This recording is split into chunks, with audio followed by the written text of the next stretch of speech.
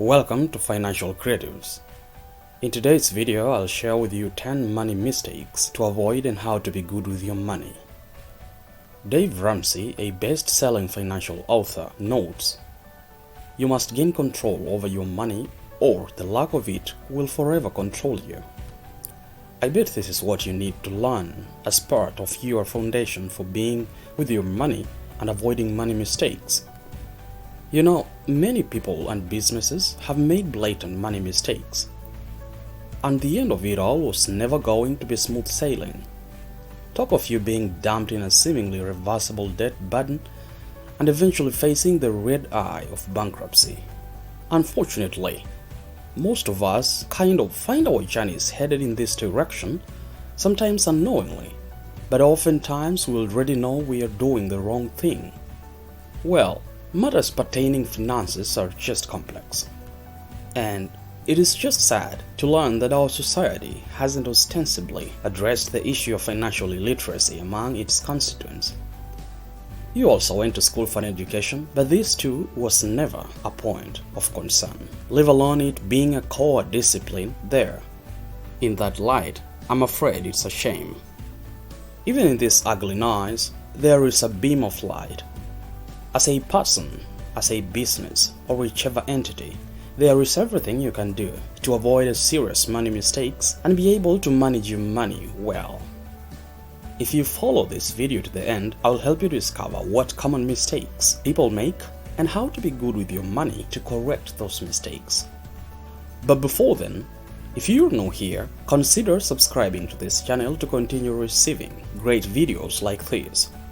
Don't forget to hit that notification bell so that you get notified every time I publish a new video. Let's get started. Number 1. Not having an emergency fund. Let's start here. Emergency fund. Isn't it amazing how people can be forgetful in a flash? All and sundry know that emergencies are almost everywhere, waiting to knock. And that's why you are required to build an emergency fund from the word go. The tragedy, however, is that a great bunch of people haven't yet reconsidered this hack at all. So when things come banging unexpectedly, you are not only mesmerized how fast they are occurring, but also redirected back into borrowing. In things I mean losing a job. You didn't expect that. Your car breaks down or some medical costs just sprung up. The list is unending. The bottom line is, are you cushioned in any way? Unexpected expenses can leave you disjointed and your future destroyed. So in the wise words of Benjamin Franklin, beware of little expenses. A small leak will sink a great ship. Just build a fund in the case of such expenses. Your emergency fund is your insurance, your financial buffer to help you sort out small issues that may derail your main goal. Number 2. Not budgeting. Budgeting is one of the most commonly used words in financial cordons. Shockingly, not so many people stick to what they budget for. The worst of it all, some never budget at all. Budgeting is the first step towards financial freedom as indicated by many financial authors. What this means is that you fail to budget, you're simply heading into a pit. You should be the master to your money and simply tell it where to go. As I always say, if you don't have a plan for your money, everyone else has a plan for you. Your budget is your master plan, and it will help you to consciously direct your money to where it's supposed to go. Some people think, oh, I have lots of money, why budget stuff now? Oh yeah, budgeting tells more about your financial journey and its destiny. If you don't budget, you'll definitely lose more to unnecessary ones and you'll wonder where your money went to. And looking at such a stance, it's easy to see why sooner than later debt and financial stress will haunt you. Let's be honest, lack of budgeting doesn't help an ounce. Take control of your money, be the master, direct it and it will respect your wishes. Number 3. Not paying yourself. First, let's start by saying this. 10% of what you get is yours to keep. You've labored through the time and it's time to pay yourself and be happy. Not now, however, in the future. In other terms, have a portion of your income for savings. The problem is that most people, especially the youthful generation, don't find this tip that spicy. And guess what? On the grounds that my salary or income isn't anything close to what I need to break off for saving. But I'll tell you this. Whatever amount you earn, always learn to save something. John Rampton, a serious entrepreneur, writes, "A cardinal rule in budgeting and saving is to pay yourself first. Wisdom has it that you should move some amount to savings even before you pay the bills. Apply pay yourself first as a cardinal rule. Don't rob yourself by paying everyone else first and leaving yourself broke." Number 4. Using credit cards or debt for everyday expenses. It's easy to throw your whole self into debt courtesy of credit cards. You'll note that millions of people nowadays depend on their cards to pay for most daily expenses. Don't be too happy to put in your taxes, medical bills, gambling, wedding, or impulse expenses. It simply doesn't turn out positive. Remember, this is money that hasn't yet hit your account and interest awaits in the stands. It's pretty easy to lose control with your spending, and before you know, you'll be powering to the floor of debts. The frightening part about cards is that they initiate you in a debt cycle. You'll be amazed how Suze Orman sums this situation up, that a cash advance on a credit card is one of the worst types of borrowing because the interest rate is typically 21% or more.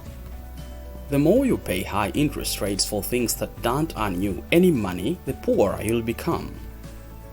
Number 5. Not having a financial plan. First questions first. Where are you really going? Do you have an idea about the start and the end of your money story? I'll put it this way.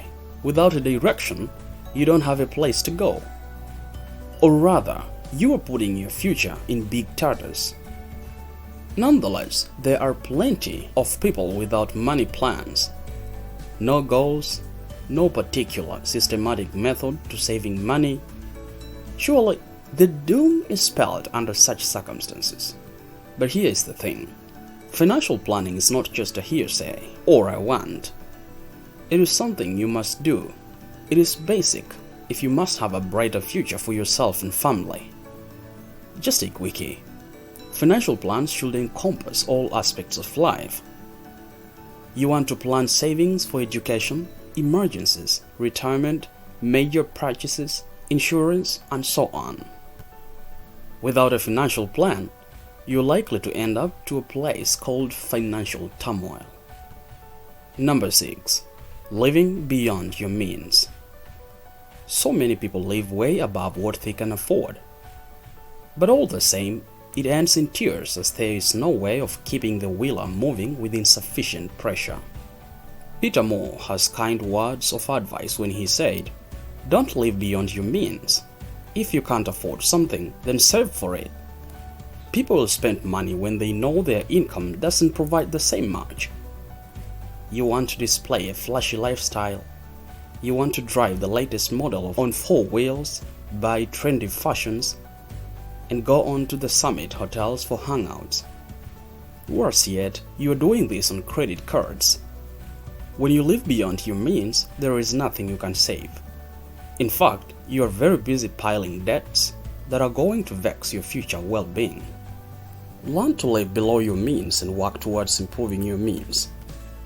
Don't shoot yourself on the foot. Stop impressing people who don't even like you. Number 7. Having only one source of income. Inasmuch as you want to get focused on a few activities, having just one income source is a clean ticket to financial failure. It's a mistake most people may not notice at first, especially if you think that your paycheck is good and can take on anything face down. I want to assure you that one source of income is never going to be enough. It's a path many people follow strictly, but it's also the very reason for your potential financial hardships. According to T. Harv Eker, your income can just grow only to the extent that you do. This means with just one source, you can reap little. However, if you want to open up serious financial growth and success, one thing is for sure: be smart and develop different streams of cash flows. This will drive you fast, it will give you protection and much needed flexibility. Don't just depend on your paycheck. What will you do if it stopped coming? Number 8. Saving rather than investing. Just keeping money in the bank is a bad idea because that money loses value due to inflation. You didn't know this, did you? Oh, there is a fierce conversation regarding this too, and it won't end here. However, saving versus investing is debatable, although both are very vital practices of how to manage your money well. But today, let me tell you why it's not a good idea just saving alone. First, your money is just lying idle. It loses value each year with inflation. There is no interest gained most of the time, and if you earn interest, it is way below the annual inflation rate and other account maintenance fees among other cons. Investing, on the other hand, makes you keep money in something for a higher return. While it is risk-loaded, all successful people have done this and are still always on the look for investment opportunities. That's why Robert Arnott's words are not in vain. He says, "In investing, what is comfortable is rarely profitable. Learn to save and invest what you save for more return." It is the only available rich equation. Number 9. Going without insurance. Maybe you will ask, is it okay to be without insurance? The answer is a simple no. I know most of the time, people want to evade the associated monthly costs. It's understandable to feel so, but you need a medical insurance both for you and your family. Furthermore, experts add that a long-term disability and life insurance are a must-have. You will also need asset protection insurance policies for your assets and property like car, home, etc. Many people don't want to get embroiled into such expenses, but there is nothing much you can do if you want to keep growing financially with few bumps in your way. Insurance is your knight in shining armor when things go south. Get at least one policy to protect yourself and your family. Number 10. You are not saving for retirement. Can you figure retirement without savings? It is going to be nasty in your old age when your strength is long gone. Better put, you may live a poor quality life. So you need to avoid anything that tells you not to save for your retirement. Unless you are ready to carry the axe in your 70s. How about selling your home or assets that took you years of toil, or relocating to poor living conditions because you sold your home for survival? We all know that saving for retirement is a real sacrifice, keeping a certain percentage of income aside, but you'll thank yourself later when your weak years come. As Henry K. Hebela puts forward, growing old is not an option, we don't have a choice. Your choice today is to save something if you want a better old age life. I know this video is exciting and you loved it. I'll be happy if you like this video and share it with your friends.